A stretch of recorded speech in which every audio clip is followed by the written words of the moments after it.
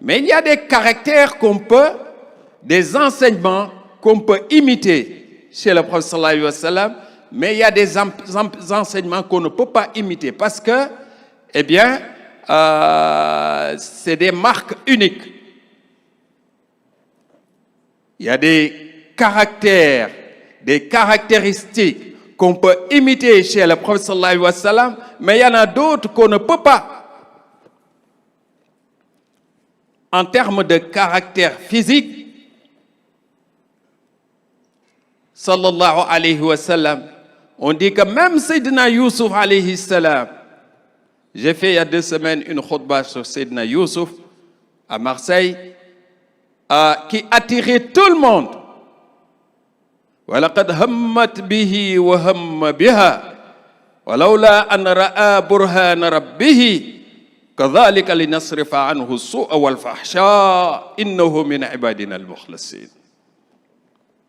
Il était tellement beau, Sayyidina Youssouf alayhi salam. Il était magnifique, Sayyidina Youssouf alayhi salam.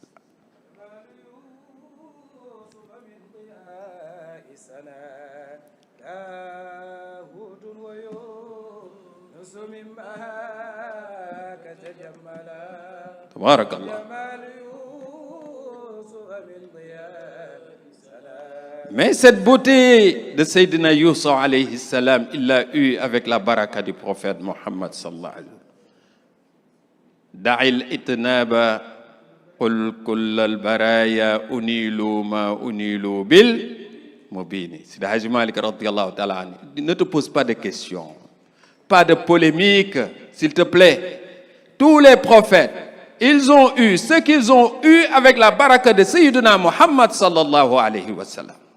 Donc même en termes de traits physiques, on ne peut pas l'imiter. Il n'y a personne qui a la beauté du prophète Muhammad sallallahu alayhi wa sallam.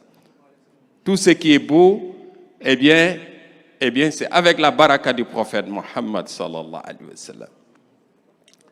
Je fais vite parce qu'il y avait beaucoup de choses que je voulais dire sur ce point, mais on m'a dit qu'on a la salle jusqu'à 2 heures du matin. Donc il me reste 1 heure de temps. Mais Kana Nabi sallallahu alayhi wa sallam ahsanun nasi wajhan. Son visage était magnifique, sallallahu alayhi wa sallam. Et il était aimé non seulement par les humains, mais même par les objets. Les objets, ils aimaient le prophète sallallahu alayhi wa sallam. Vous vous rappelez de ce tronc de dattes, qui pleurait parce que on l'a déplacé, on a construit un minbar moderne au prophète Mohammed sallallahu alayhi wa sallam. Rasul sallallahu alayhi wa sallam, il dit que inni la a'rifu hajaran bi Makkah kuntu iza marartu alayhi sallama alayhi. Une pierre qui était à la Mecque et qui à chaque fois que le prophète sallallahu alayhi wa sallam passait, il lui disait assalamu alayka ya Rasulullah sallallahu alayhi wa sallam. Un jour, il est monté sur Jabal Uhud. Il disait Uhudun Jabalun yuhibbuna wa nuhibbuhu. Une montagne qui manifeste son affection à l'endroit du prophète Mohammed sallallahu alayhi wa sallam.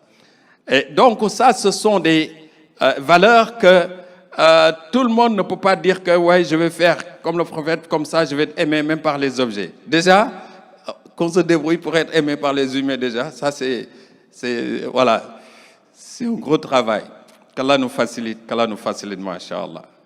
Mais quelqu'un avait posé cette question au prophète sallallahu alayhi wa sallam, comment est-ce que je peux faire pour que Allah il m'aime et que tout le monde m'aime en même temps?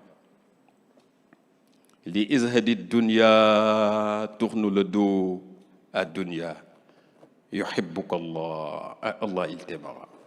Wazhad ma fi 'indi nas, tout ce qui fait courir tout le monde.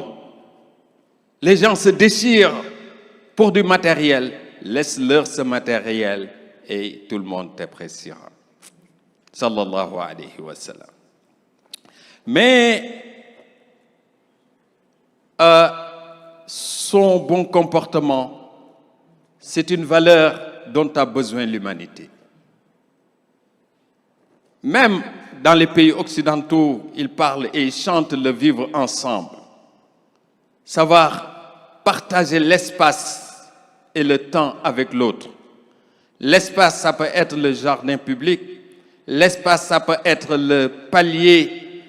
Le palier, vous partagez le même palier. Ici en France, tu peux partager le même palier avec quelqu'un. Pendant X années, vous vous dites jamais bonjour. On ne se parle pas. Je l'avais dit à nos frères en Côte d'Ivoire, je salue la présence du représentant du Khalife général de Côte d'Ivoire, Haj Moustapha Sonta, qui est ici parmi nous, Haj Abdullah.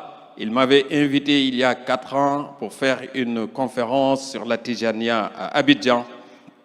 Quand je suis arrivé, Masha'Allah, comme ils sont très bien organisés, ils travaillaient avec une structure de télécom comme Bouygues ici en France ou comme Sonatel au Sénégal. Et donc, dès que je suis arrivé, ils ont envoyé un message comme si tous ceux qui ont Bouygues ici ils reçoivent le message, Cheikh Ahmed Ndiéguène est arrivé de France. Et donc, du coup, j'étais l'invité de tous les Tijanis de Côte d'Ivoire en même temps. Et Masha'Allah, ça me fait chaud au cœur. Je leur dis que moi, là d'où je viens en France, je peux partager le même immeuble avec une personne pendant 10 ans, on ne se dit jamais bonjour. Ça, c'est quand on le dit en Afrique, eh bien, on ouvre les yeux.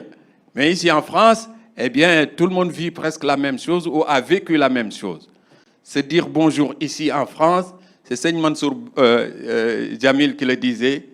Ici en France, c'est pas une obligation de dire bonjour, mais le merci, c'est une obligation. Si quelqu'un t'ouvre la porte ou te tient la porte, tu lui dis pas merci, alors là, c'est la catastrophe. Alors que chez nous, c'est le bonjour qui est plus important. Quand tu dis même merci à quelqu'un, il te dit la shukra ala al-wajib, il dit. Donc, jaruko. On te dit jaruko. Donc, mais ici, eh bien, s'il te tient la porte, ou même quand tu es sur la circulation, il te laisse passer, tu passes sans lui faire comme ça, eh bien, tu vas recevoir de ces insultes qu'Allah nous préserve.